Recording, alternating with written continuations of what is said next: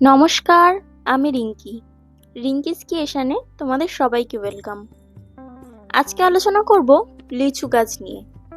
কম বেশি সবাই আমরা লিচু খেতে ভালোবাসি, তাই আমাদের ছাদ বাগানে একটি হলেও লিচু গাছ কিন্তু থাকবেই, কিংবা অনেকেই আমরা লিচু বাগানও করে থাকি। কিন্তু বেশ কিছু সমস্যা আমরা লিচু গাছে লক্ষ্য করতে পারি, তার ফলে লিচুর ফলন ব্যাপকভাবে ক্ষতিগ্রস্ত হয়। যেমন প্রচুর পরিমাণে মুকুল এসেও তা ঝরে যাওয়া, ফল ছোট অবস্থায় ঝরে যাওয়া, ফল ফেটে যাওয়া ইত্যাদি নানান ধরনের সমস্যা আমরা লক্ষ্য করি। তো আজকের ভিডিওতে দেখে নেব কি কি পরিচর্যা করলে আমরা লিচু গাছে এই সব সমস্যা দূর করতে পারবো। ভিডিওটি স্কিপ না করে পুরো ভিডিওটি দেখার অনুরোধ রইল। আশা করছি ভালো লাগবে।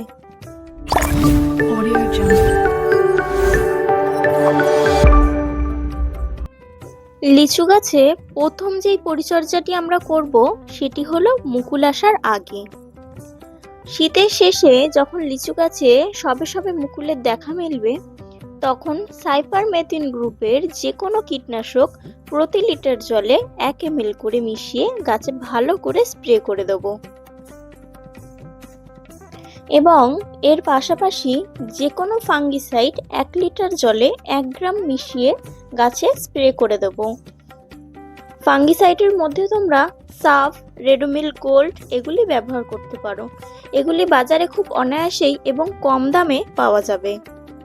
ফাঙ্গিসাইড স্প্রে করায় গাছ পরিষ্কার হয়ে থাকবে, গাছে কোনো রকম পোকামাকড়ের উপদ্রব থাকবে না, বা ছত্রাকের আক্রমণ থাকলেও সেগুলি দূর হয়ে যাবে। এই সময় যদি আমরা গাছে প্ল্যানোফিক্স পিজিআর ব্যবহার করি, তাহলে গাছে ফুল আসার সম্ভাবনাটাও অনেক গুণ বেড়ে যাবে। প্ল্যানোফিক্সের ডোজ হবে প্রতি 5 লিটার জলে 1 ml। প্ল্যানোফিক্স কীটনাশক এবং ছত্রাকনাশক তোমরা একসঙ্গে মিশিয়ে ব্যবহার করতে পারো। লিচু গাছে যখন সমস্ত মুকুল চলে আসবে কিন্তু সেগুলি পরিপূরকভাবে ফুটবে না, তখন আমাদের প্রতি লিটার জলে 1 ml করে মিরাকুলান কিংবা 2 ml করে ফ্লোরা ব্যবহার করতে হবে। তাহলেই ফুলের সংখ্যা অধিক পরিমাণে বৃদ্ধি পাবে এবং ফুল ঝরে যাওয়ার প্রবণতাটাও অনেক গুণ কমে যাবে। ফুল 50% ফুটে গেলে তখন আর কোনো রকম কীটনাশক প্রয়োগ করা যাবে না, তখন শুধু ছত্রাকনাশক প্রয়োগ করতে হবে। লিচুর ফলকে সবচেয়ে বেশি ক্ষতিগ্রস্ত করে ফল ফেটে যাওয়ার সমস্যা।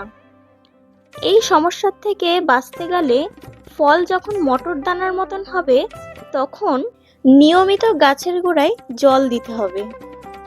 তাহলে টবের মাটি কিংবা জমির মাটির আর্দ্রতা বজায় থাকবে। এছাড়াও ফ্রুট সেটিং স্টেজে প্রতি লিটার জলে 2 গ্রাম বোরন গাছে ভালো করে স্প্রে করবে, তাহলে ফল ফেটে যাওয়ার সম্ভাবনাটা অনেকটা কমিয়ে দেবে। আমি আমার এই লিচু গাছটিকে এইভাবেই পরিচর্যা করি। তোমরাও যদি তোমাদের লিচু গাছকে এইভাবে পরিচর্যা করো, তাহলে দেখবে এবছরে প্রচুর ফল পাবে। আজকের ভিডিও এতটাই। ভিডিওটি কেমন লাগলো অবশ্যই জানিও, এবং আমার ভিডিও যদি নতুন দেখে থাকো তাহলে প্লিজ চ্যানেলটি সাবস্ক্রাইব করে আমার পাশে থেকো। পরবর্তী ভিডিও নিয়ে আবার খুব তাড়াতাড়ি আসবো। সবাই সুস্থ থেকো, ভালো থেকো, সাবধানে থেকো। টাটা সবাইকে।